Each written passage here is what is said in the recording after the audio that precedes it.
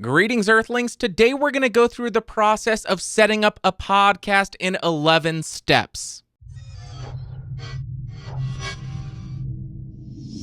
Step 1. Determine what you want your podcast to be about. Now, you need to make sure what you're talking about is something you enjoy, and make sure not to pander. So do you really enjoy pizza? Do you really like coffee? Do you really like root beer? Do you really like punk music? Do you really like metal music? Just find something that you're actually passionate about and you would be willing to talk about if nobody was listening, because when you start out, nobody is going to be listening and it can be disheartening. The second step, come up with a format for your podcast. So you could just go out and listen to a bunch of other podcasts and copy their format, or you could listen to competing podcasts and determine what you don't like about their podcast or ways that you would improve the structure of what they're talking about. Step 3 is one of the most difficult for me, and it is coming up with a name for your podcast. Now, the name should have something to do with what you're talking about in the podcast, and it should also be a searchable term in podcatchers. So when I launched my first podcast, it was titled Podcastage, and that is a terrible name for a podcast because when you search that in iTunes, guess what shows up? Everybody's podcast, because podcast is in everybody's name. So think about that when you're coming up with the name for your podcast. And before you settle on your name, make sure your domain is available, make sure the social media accounts are available, but mainly search the podcatchers to make sure no other podcasts exist with the name that you came up with. Number 4, if you're going to have a co-host on your podcast, make sure you draw up some kind of contract to lay out and determine how you're going to handle any potential income from the podcast. Number 5, it's time to pick out your gear now, and I personally would recommend a dynamic cardioid microphone for podcasters. Some relatively cheap and great options would be something like the Samson Q2U, the Audio-Technica ATR2100 USB, the AT2005 USB, or anything along those lines. Step number 6. Now, at this point, I think it would be very beneficial for you to record a couple of episodes. Not only is this going to help you by giving you an initial backlog of episodes in case you get bogged down and busy and can't record, but it's also going to help you determine how long it takes to edit, process, and get the final episode ready, which will ultimately help you determine what your release schedule should be. And on the note of release schedules, just try something reasonable at the start. Maybe do one per week or one every couple of weeks. Then once you get better and quicker at editing and getting the final product ready, at that point you can consider upping the release schedule and getting more frequent. Number 7, and I think this is insanely important because this is going to be the first impression that people have of your podcast.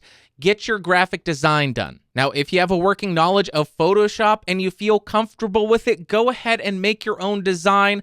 I personally know I am god-awful at graphic design, so I just hire people. So don't be afraid to pay for this, because it is a really important aspect of your podcast. Step number 8, go ahead and set up your social media accounts, your Twitters, your Facebooks, your Snapchats, your Instagrams, your whatever the dang kids are using these days. But I would only suggest setting up the social media accounts that you can keep up with, because in my experience, there's nothing worse than tracking down your favorite podcast and the only thing in the feed are auto posts from Libsyn or Blueberry. Step number 9, go ahead and set up your URL, buy your hosting, set up your RSS feed, do all of that stuff, and then it's time to submit your podcast to iTunes and any other podcast directories that you want. For your hosting and RSS feeds, you can actually do one-stop shopping with some place like Libsyn or Podbean.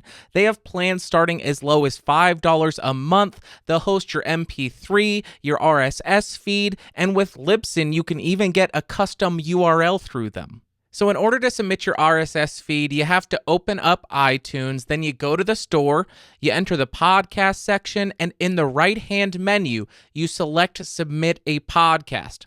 This then takes you to the Apple Podcast Connect page. You set up an Apple ID here, and then you're going to go ahead and sign in. Then in the upper left-hand corner, you click the plus button to add your podcast. You input your RSS feed URL and select Validate. And if everything is good, your podcast will be submitted and available in the iTunes Store within about 48 hours. And if there's something wrong, just fix whatever the error messages say and attempt to revalidate it. Step number 10, it is time to launch your podcast. That is right, you are there. Your podcast is now out there for the world to listen to and the world to judge, and stay on schedule. And step number 11 is to go and promote your podcast. Now, I don't mean go out and spam a bunch of communities saying, hey, I just launched my podcast, listen to me. What I mean is to become an active and valuable community member in whatever niche you're in. Do you do a guitar podcast? Go ahead and join a guitar community and interact with people. And if they ever ask you what you do, that's when you say, hey, I do a podcast. This is what it is.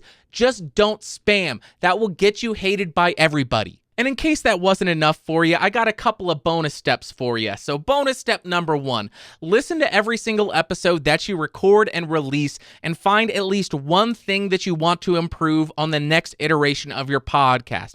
That ensures that your podcast never gets stale for you and that you're always getting better with every single episode. And bonus step number 2, listen to podcasts about podcasting because there is so much useful information there. I personally subscribe to Better Podcasting, Podcasters Roundtable, and the Audacity to Podcast, and I highly recommend all of those. All right, guys, I guess that's going to do it for today. If you found this video fun, interesting, or helpful, go ahead and give me a thumbs up. If you thought it sucked, thumbs down. If you want to influence the gear that I review next, head over to geeksrising.com/podcastage and cast your votes there. If you want more videos, there's a logo beneath me. Check out the Discord server link in the description, and I will see you all later. Thanks for watching. Bye.